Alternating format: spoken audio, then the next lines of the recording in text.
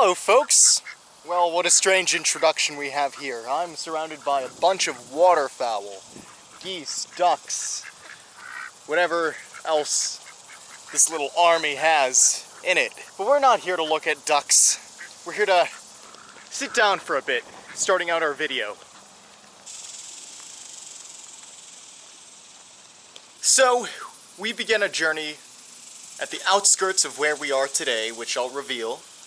Kind of a contrast in this peaceful little park when you think about where we are actually headed within the hour or so. This is one of the largest cities in this region, and for sure in this state. So we may as well start off with a little peaceful snack, if you will. We are still in Oklahoma, the Sooner State, and Oklahoma is, as I said yesterday, it's a state that straddles two different regions, the South and the West. In the interior South, states like Arkansas, Tennessee, and of course Oklahoma, you can find something called fried pies being made. And, well, I've never tried a fried pie, so that's why I took the opportunity here to buy a few fried pies.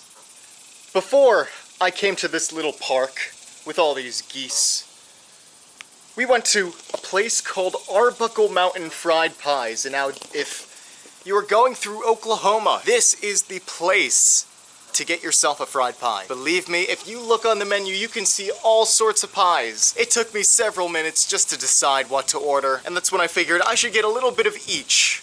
One fruit pie, one cream pie, and one savory pie.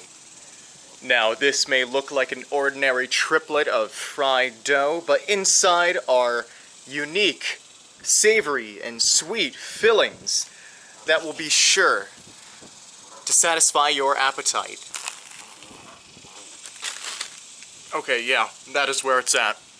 Chocolate cheesecake. An unbelievable filling.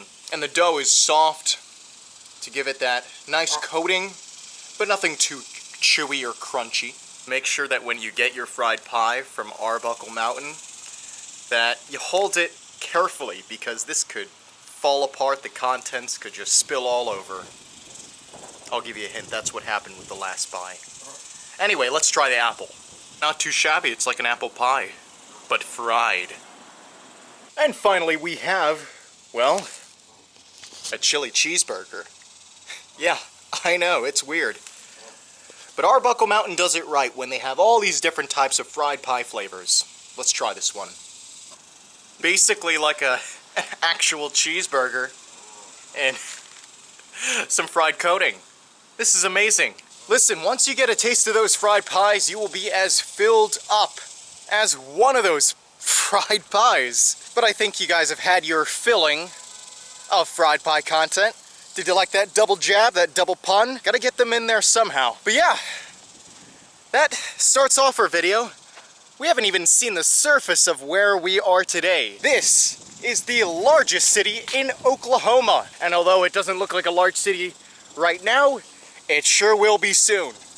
Welcome to Oklahoma City. That's right. Let's all give a warm welcome to our newest state capital here, covered on the Coverage Project, capital of the Sooner State. Let's actually visit where you guys might think of Oklahoma City rather than just be in a small park. All right, let's get a move on.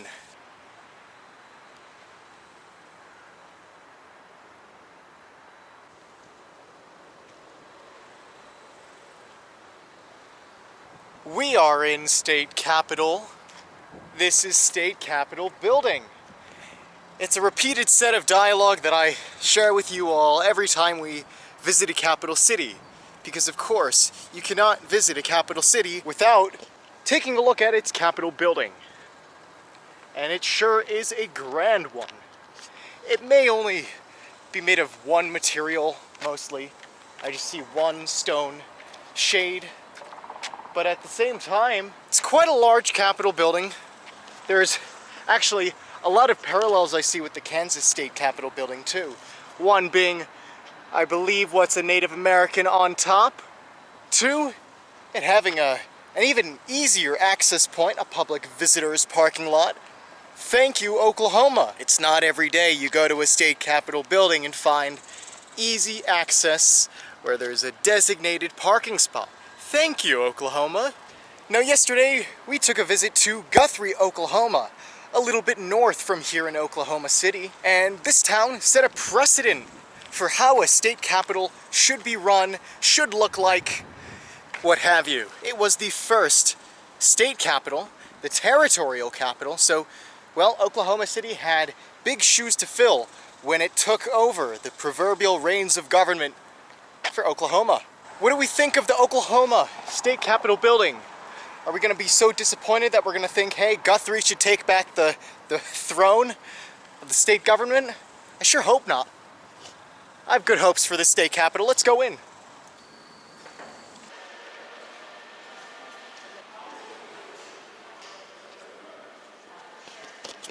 Well, this is sure the brightest state capitol we've been to, I guess. So much marble? Is this marble? Bright lights. Everything has this very light aura.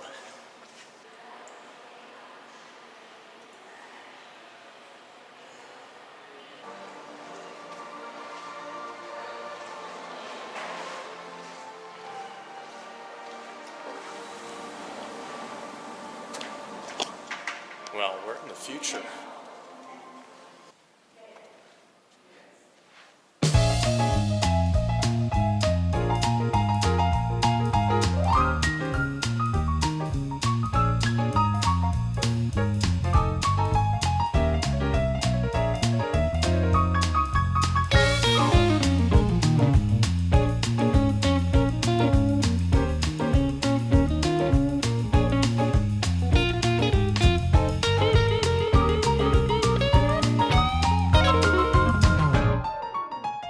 I swear, the state capitals of these so-called flyover states are really killing it with all the paintings and murals.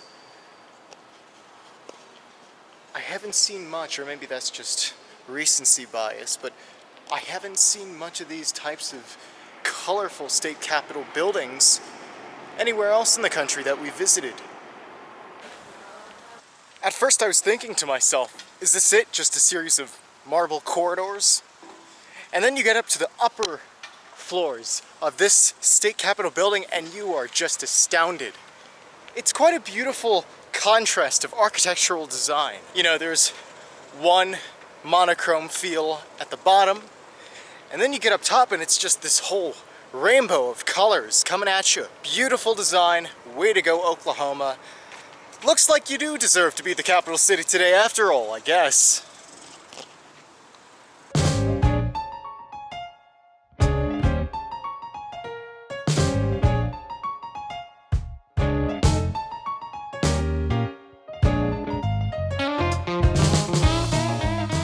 Oklahoma City is a huge city, the largest in Oklahoma, of course. Population of about 690,000 people just in the city, a little over 1 million in the metro area. But what's really interesting about this city is that there is, yes, like a downtown business district filled with skyscrapers and all that, but where people go for fun, if you are going to Oklahoma City, you are visiting Brick Town. This is a district that's very old, full of bricks, as the name suggests. And so many businesses, restaurants, little shops, everything you can imagine.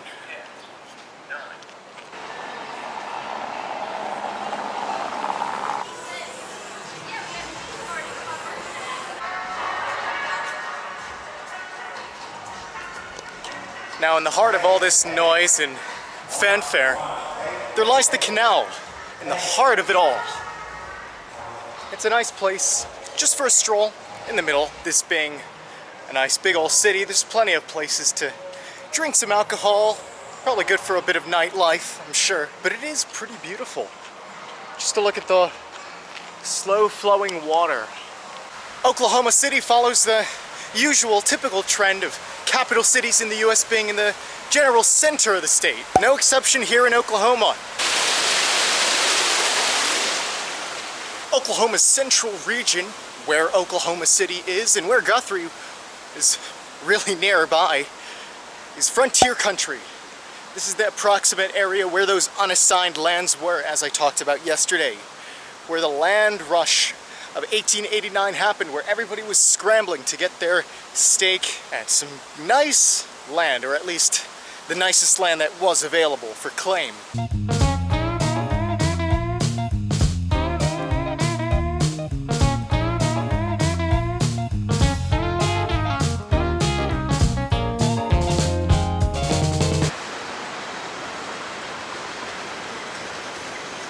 So as Oklahoma City generally spawned from the same reason as Guthrie, for whatever reason, Oklahoma City outpaced the former. It was positioned in such a way that it would have easy access with the railroads. And of course, population grew at a much faster rate than Guthrie ever had. And by the time of Oklahoma's 1907 statehood, well, a few years after that, the people of Oklahoma realized, well, you know, we should switch our capital to Oklahoma City. Thus, that's what happened. Two big things have given Oklahoma City the identity it has to this day. At least I think. Oil and Route 66. Route 66 was the big road. It was the first of its kind to go across the country, from Chicago all the way to the West Coast. And we saw a bit of Route 66 when we were in Bloomington, Illinois. And well, of course it goes westward, and right here in Oklahoma City was a major stop of the drive. So people would get off the road, visit Oklahoma City, a nice tourism industry flourished, people moved here, and then the discovery of oil here in the early 1900s really boomed this town. A new industry exploded, and the rest is history. Oklahoma City is a huge metropolitan area. Can't you see it with all the buildings up here? Numerous businesses flock here every year, and it is consistently growing.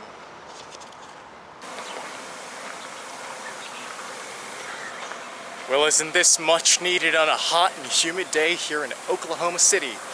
Nice to know they have these mist pavilions, if you want to call it that. Good call.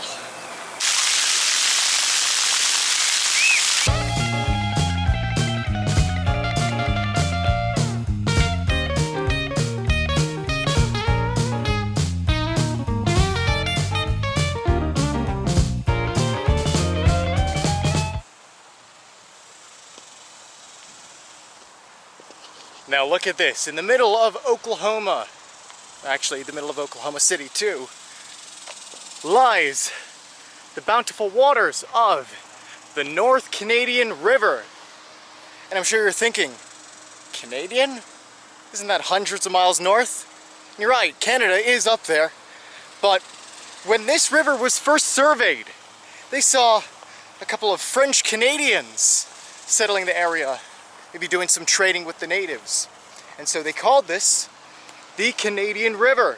So why is this the North Canadian River? It turns out that this river is of two rivers, the North and the South Canadian River, that are basically forks of another into the heart of Oklahoma, and eventually they will meet the Arkansas River, which is itself a huge river and a tributary of the Mississippi. Although being a tributary of a tributary, this North Canadian River is a very, very long river, much longer than a lot of the rivers you'd find on the eastern seaboard. And so what's strange here in Oklahoma City is that the government of the city decided, hey, we're gonna take a few miles of this North Canadian River, rename it, dam it up, rebrand it as the Oklahoma River. That's what you might see here.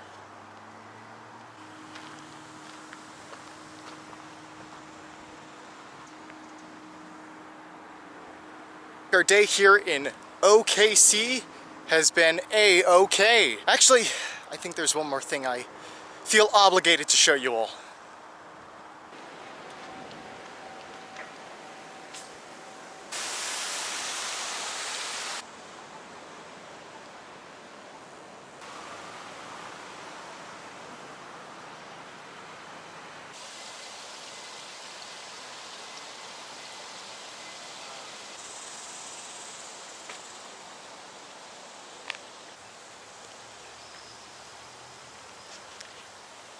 We are walking right now on the grounds of what is today the Oklahoma City National Memorial. This site is a national memorial because this site played subject to a tragedy of national proportions. Here in 1995, the Alfred P. Murrah building stood here, but Timothy McVeigh, a domestic terrorist, put a car bomb right at the front of this building, set it off, and what resulted was a catastrophe which took 168 lives and injured many, many more. So what was it like, you know, when you hear it in the news, oh, this building is destroyed? It was a lot of chaos, it was. A lot of chaos. Because, I mean, remember, 168 people lost their life on it. Of course. And then everybody has loved ones. Right. You wonder if, you know, how badly people are affected, if they're going to recover. Yeah. Did I feel the shake? No, because I had the vibration of a lawnmower, so. Yeah. That museum, it looks like a fairly old building. It is a very old building. What was the purpose of that before it became the museum? I can't remember what it was back in the day, but it was like a, you know, like some kind of Christian thingamajigger at one time. Yeah. Okay? But then it also turned into the Journal Records building. Like a newspaper thing, right? Yeah. And yes, it got damaged from the bombing as well, because if you look at the stair casing over there, it's missing some of it. Oh, yeah. If you look over here where it's missing all the paint, there used to be an air duct system. Wow. It got blown off. So where exactly did the truck bomb go off? Okay. All this grass area right here was the building, right? Yeah. That third tree right there, you stand on this sidewalk like you're standing right here, but right there in front of that tree, you'll be standing where the truck was. Wow. That tree right there. Biggest tree here. Yeah. Right. That's the surviving tree. Okay. Okay, that tree is over 100 years old. And yet it survived the bombing. It survived the bombing. So that's why it's called the survivor tree. Wow. On that now historic April 19th at 9:02 a.m., the truck went off at this tree right there. And so many innocent lives perished to this act of terrorism. To this day, it stands as the deadliest, most fatal act of domestic terrorism in this country. And it's the second most deadly act of terrorism in general after 9/11. Each chair here represents a life lost. After being apprehended by the police, the perpetrator Timothy McVeigh was convicted of a whole number of counts of murder and other terroristic acts, and he was sentenced to death. He died by lethal injection in 2001, 6 years after the act. This is a somber chapter in Oklahoma City's and America's history, but it's nice to know that on these grounds of where an act of terrorism occurred, the community has triumphed and created this memorial to pay tribute to all those lives lost.